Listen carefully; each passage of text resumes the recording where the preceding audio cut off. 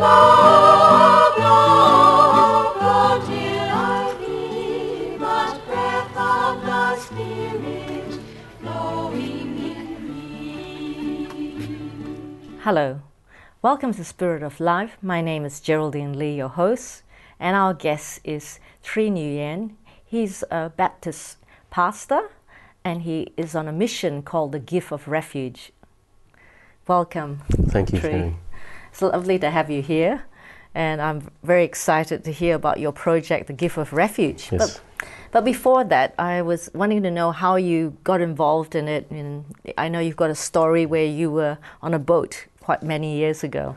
Well, just after Vietnam War, my dad was taken to re-education camp, and then they taken him to the forest to clear out jungles to become a farmer. But he managed to escape that and start building a boat with his brother, initially to try to win the government's trust, but the whole time was planning to escape because there was no future for him and for the children because he was involved in the war. All right. Which part of Vietnam were you? In the south, yeah. Oh, right. So we lived on the outskirts of Ho Chi Minh City, or what used to be called Saigon. And so they planned to escape Vietnam. And we had 4 different attempts, and each of those times were very traumatized and involved so many things. But the 4th attempt, we managed to, everything went successfully, and the boat got out. But by that time, my mother was so traumatized by the experience that she decided that right at the last minute that she couldn't go through with it. And so she kept the 2 younger kids and told my dad to take the 2 older ones. So hard. Yeah. So we escaped Vietnam on a boat with 68 people. But the time that we left Vietnam, there was a typhoon, and so we were caught up in this storm for 4 days.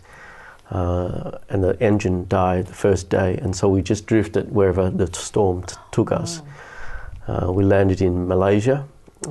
But it was an area with pirates, so we were captured by pirates and who caged us in a fence for a whole week. The boat was all broken to pieces? It was falling apart. We hit a sandbar which protected this island, and we could see the island from miles away. We were happy that we were in land but didn't know where we were. And so the men just took planks of the wood from the boat and put it on the water. And my dad put me on one of in the front, and he swam and pushed me in. And you were 10 years old? Yeah, it took an hour or 2 hours to get into the island. But then when we got there, we were surrounded by people with machine guns and realized that, we're not in a very friendly place. And then they went and got all the women and children and then pulled the boats apart. And then they kept the children and the women and the men separately. And then every night they would strip search everyone, and a lot of people were harmed. But at the end of that week, I think they released us to United Nations, or somehow we were rescued by United Nations, who took us to refugee camps in Kuala Lumpur, just outside of Kuala Lumpur. Yeah. Were some of the women raped? And oh, that's awful. And the stories that I heard from my uncle was they stepped in for the young girls because they didn't want the young girls to be harmed, so the older ladies just stepped in place. So it was amazing courage that they went through, but it was a horrible time. But we were all alive and on refugee camps. And there we apply to go to different countries to seek asylum in different places. And my dad wanted to come to Australia because he heard about a little bit about Australia. The lucky country. And he was fortunate that he was accepted. So we were on this island for 3 months, and we weren't due to leave, but there was a family that was due to leave, but they got sick, so they needed a family of 3, and my dad was in the office painting for them. And he says, we are a family of 3. So he ran and grabbed us and put us on this ship to go to KL. And we were there for another 3 months before we flown to Australia. Yes, it's exciting. It was a miracle. Yeah. Yes. and that inspired you to get involved with the Gift of Refuge. Yeah. And I hear that you also had an experience of a lot of welcome when you first came to Australia. Yeah. Well, one of my lasting memory of Australia was our first day. We arrived in Australia with nothing and still traumatized by the experience. But our very first day in Australia, we were welcomed by the community. There was people from everywhere, and they came and provided us with clothing, with all the necessity to begin our life in Australia. And one particular group of people were from Moonee Ponds Baptist. And they just came in every day, and some of the ladies came and read stories with my sister and I, gave us books, and helped Dad to send a telegram back home to Vietnam, because he hasn't communicated for 2 years. And they just come back every day just to assist. This is to the detention centre? Yeah, it was a midway hostel. And back then it wasn't so much a detention centre. It was open for the whole public. So help. Yeah, so there was no security. It was just welcome. And this community not only came into the hostel to provide us and taught us English, but they also invited us home. So we were invited to various homes, and we spoke no English, but we were, eating and drinking and participating in life in Australia. And I remember that at the end of that year, we were taken on family holiday to a farm somewhere, but it was an extended Christmas family, and we were the odd one out. But we participated in his life, and it was just an amazing hospitality and welcome. And that left a lasting impression on my father and my sister and myself. And what about your grandmother and your mother and the other children? Yeah. So I didn't know anything about the escape, because my parents kept it from the kids, because it was done in secret. So I didn't know what was going on. My parents had been telling the kids that we were going on a holiday, and so, but it was a horrible holiday. It was just going through jungle land and then standing in the mud all night, and then nothing happened, and then we had to make all the way home. Oh, wow. So I probably need to interrupt then, because I want to hear more about your family. Sure. But we need to go for a break now. Okay. You've been watching Spirit of Life. We're just going for a break now. Stay with us. Go till I hear but breath of the Spirit flowing in me. Go till I hear but breath of the Spirit flowing in me. Hello, welcome back to Spirit of Life. I'm Geraldine Lee, your host, and our guest is Tri Nguyen. He is a pastor from the Baptist Church, and he tells a story of how he was a refugee and how he was welcomed by the Australians. Welcome back. Thank you, Tri. Jerry. You were sharing about how you went through that trauma of the, being caught by the pirates and being put in, caged and all sorts of things like that. Yes. And then now to experience the welcome of Australians, and then thinking of your family back in Vietnam that you left, your mother and grandmother and, 2 brothers, is that That's right? right, Yes. yeah. So what was the highlights for you from that time of experience of reunion? Well, so we were overwhelmed by the generosity and hospitality of this community.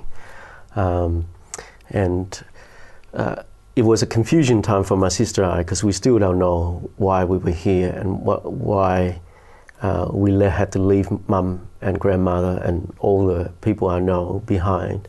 And so it was very confusing, but we were greatly comforted by this community, which had many grandmothers. So there were 5 people who were widows of the church, but they just loved my sister and I to bits. They celebrated our birthday, and they just, when we go to on the weekend, they took us back to their place and just treat us like grandkids. And it was a very special time for my sister and I, because we love our grandmother dearly, but here we were surrounded by, grandmother who, care for us in an immense way. They worked very hard to help Dad sponsor Mum and 2 brothers over. And the testimony of their love and care for us as a family is, after 8 years, Mum finally was able to come. And for some reason, her plane arrived at 2 a.m. in the morning at Melbourne Airport. And when she came out, she was not greeted by my father, my sister and I, but 50 to 60 other people. Oh, wow. A family just got much bigger. And they were all there, all from children to elderly. They were there to welcome. Oh, that must have been magical. It was amazing. And I remember watching my mum came out and Dad going to hug her, and I turned to my people, all my friends, saying, he's hugging the wrong woman. Because it's been so long. I haven't seen Margaret. I haven't used the word mum. How many years were there? It was 8 years. And I was 10 when I came to Australia, and when she came I was 18, so a lot has happened in that time. And then when Dad and Mum didn't let go, I realised that that's my mum. And it took another 8 years for her and I to relate, to learn to relate again. But this community was part of all of that and celebrate, and it was just an amazing time to be a refugee, because we were so welcome and cared by the community. Yes. And how did that impact you? Because I hear you now, you're giving to others. So how did that sort of...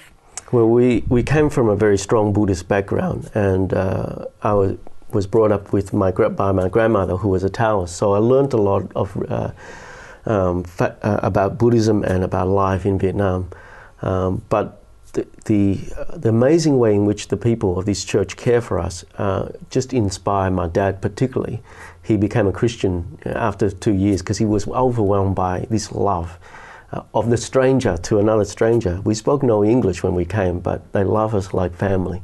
And so my dad, right away, he's saying that your God must be real and must be very special. And he committed his life to be part of the community. As I grew up in the church, I also made a decision that I want to live my life like this. I want to live my life showing hospitality and care for others, particularly the strangers. So I got into youth work and spending 15, 20 years of doing youth work, particularly to those who are really marginalised by society, and just create space where they are safe and where they are welcome, where they can come to the table and eat as friends and not as a homeless person or a drug person or whatever, Yeah, that's amazing, having that, table to eat and equality. Yeah. That's right, yeah. So showing them the welcome. That's right. Yes. Yeah.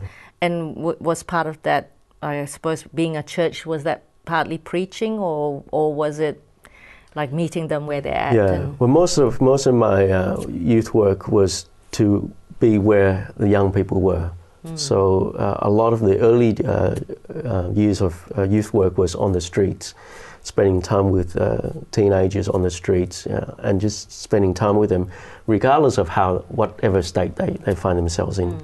So in the 90s, there was a lot of huge problems with heroin, and a lot of my time was spending with young people. Were they Vietnamese particularly? There was a large group of Vietnamese that got involved with heroin, and that's partly why I went there, because I care for this group of young people who I knew what it was like for me to come to Australia and then just to be so confused, am I Vietnamese, am I Australian, why do I look this way, and why am I, because strange. you knew how they felt. That's right. You had empathy. But one of the things that I was blessed with, which these young people didn't, was a community that loved them to bits.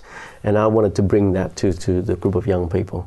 So I wanted to love these young people and create space where they can be inspired again to make better choices in their life. Yes. So creating community of hope and love and safety so that they can begin again. And besides community, what kept you going doing this work? Because it can be quite discouraging at times working with people with drug addiction.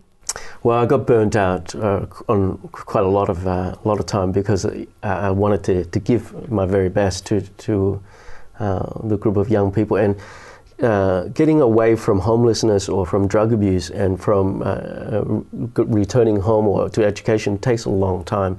So for young people, it's a journey over a period of 10 to 15 years. So all my youth work was with the same group of young people for that amount of time. And I'm glad that I journeyed that long, because I could see them making steps towards health and wholeness. Yes. And a lot of them did return home and go back to education. Yes. But it was costly. Yes, it's a great faith. We're going to have to go for a break now, but we'll be back with more news. Sure. You've been watching Spirit of Life. Stay with us after the break. Thank you. Spirit flowing in me. Blow, blow, blow till I be but breath of the Spirit flowing in me. Hello, welcome back to Spirit of Life. My name is Geraldine Lee, your host, and our guest is Tri Nguyen. He's a Baptist pastor, and he's been sharing about his story of coming to Australia after being a refugee. Welcome back. Thank you.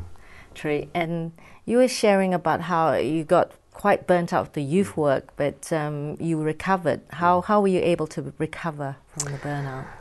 Again, it's a testimony of the community of faith, because whenever I get discouraged or alone or just burned out, it was key people in the community of faith that care for me, that took me in.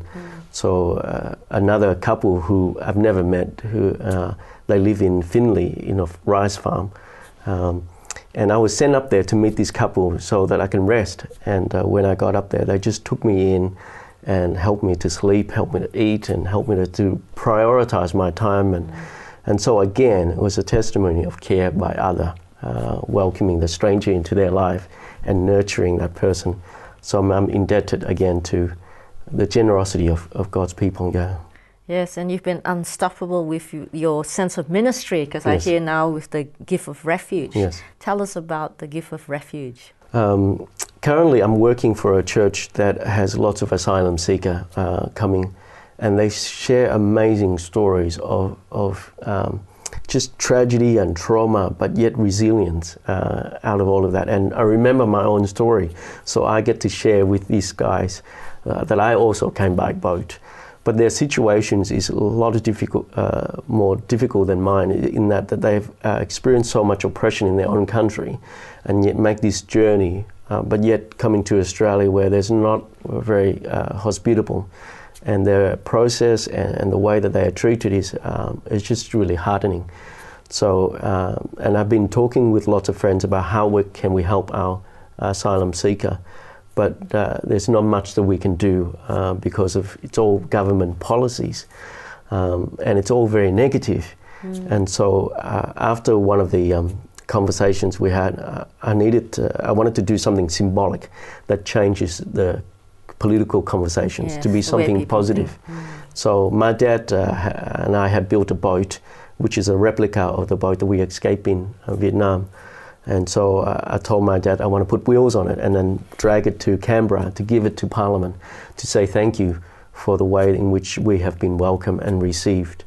And that started the idea of bringing other people in, and then walking to different towns and sharing the story and saying thank you, to Australia. Wow, it's a great idea. And can that boat actually go on water? Can it actually? Well, we're working on it. We're hoping to take to Canberra and to float it in the lake. Wow. Yeah, and hopefully some way presenting it to Parliament Yes. as a gift of saying thank you for the gift of refuge that that Australia has given my family. Yes. So far, how have people responded to your mission? Well, I walked the boat in the city streets and around, and there's a bit of ambivalence. Some, wow, this is a good idea. Some other go, I'm not quite sure. But there's been a lot of support. And I think because people are wanting to hear something more positive. And so, there's been a lot of people wanting to participate. So I've got people sign up to walk with me a different leg of the trip. And I think we want to say is we are at our best when we welcome the stranger, when we care.